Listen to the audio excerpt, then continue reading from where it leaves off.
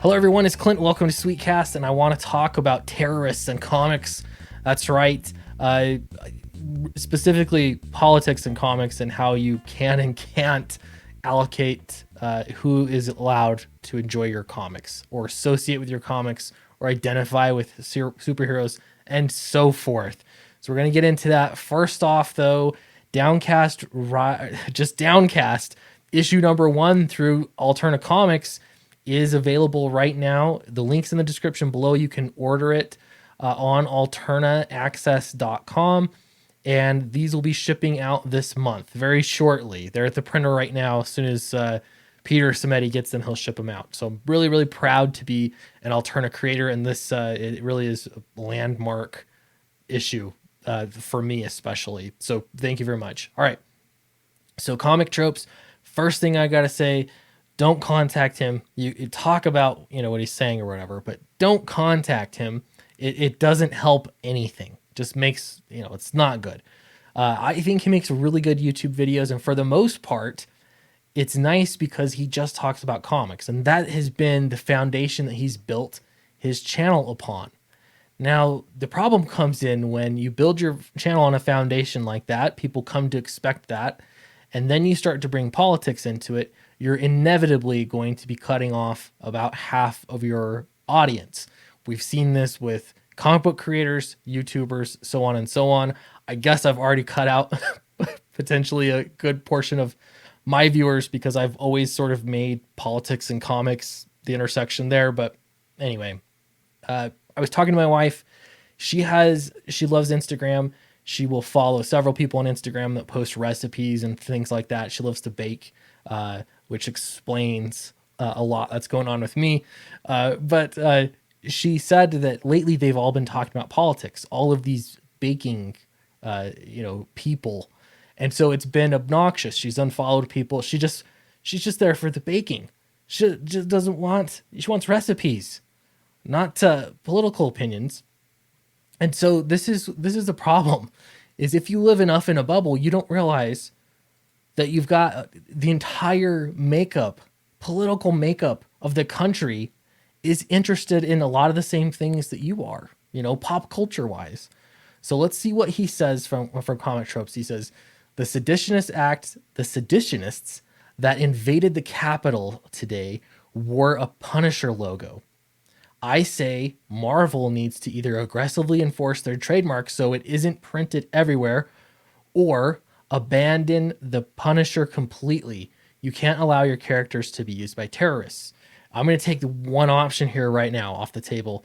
If you want to abandon the Punisher, I will gladly take it. If they're not going to, but if you ever did, I will take the Punisher over. I'm happy to do that. Take it off your hands. I'll just sign on the dotted line. That's fine with me. I'll take care of it. No worries.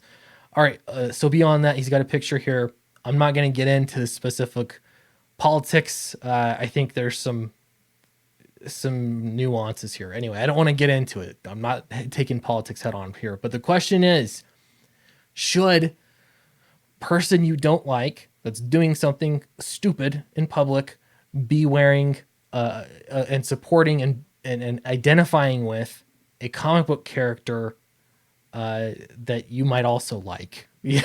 Right? If comics are for everyone, they're for everyone. You can't enforce who's allowed to identify with said character.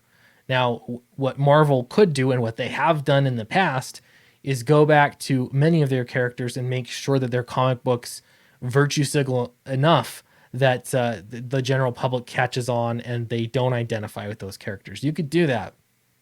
But right now, the secret is people aren't reading comics. It doesn't matter. The Punisher has just been associated with law enforcement, and I guess the military as well, for some number of years. And that's just a fact. It's a fact of life.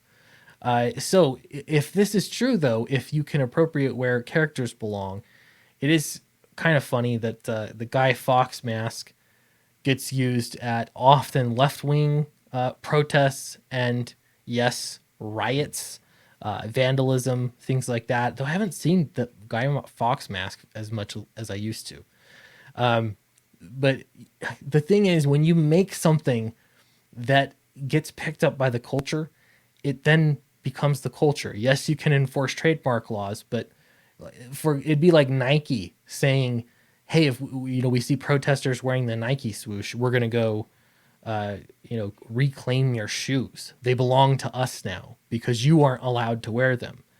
That's ridiculous, and this is the kind of thing I think that's actually causing more problems, not just in the country, but in comics. If we're talking about comics here, this causes more problems when you're saying that uh, people that disagree with you politically are not allowed to enjoy characters, identify with characters, buy merchandise with those characters on them. That gets ridiculous, and it's only going to make things get worse. How about instead we agree that people disagree with us and that there ought to be things in pop culture that just exist. People are going to do with them what they will. Now I realize that's the stance that most reasonable people take. I think that this is a gut knee jerk reaction, a really stupid one on several levels.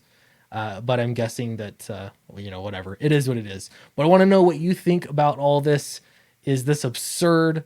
Does this kind of make you like the Punisher more just because someone doesn't wants to control who's allowed to like the Punisher?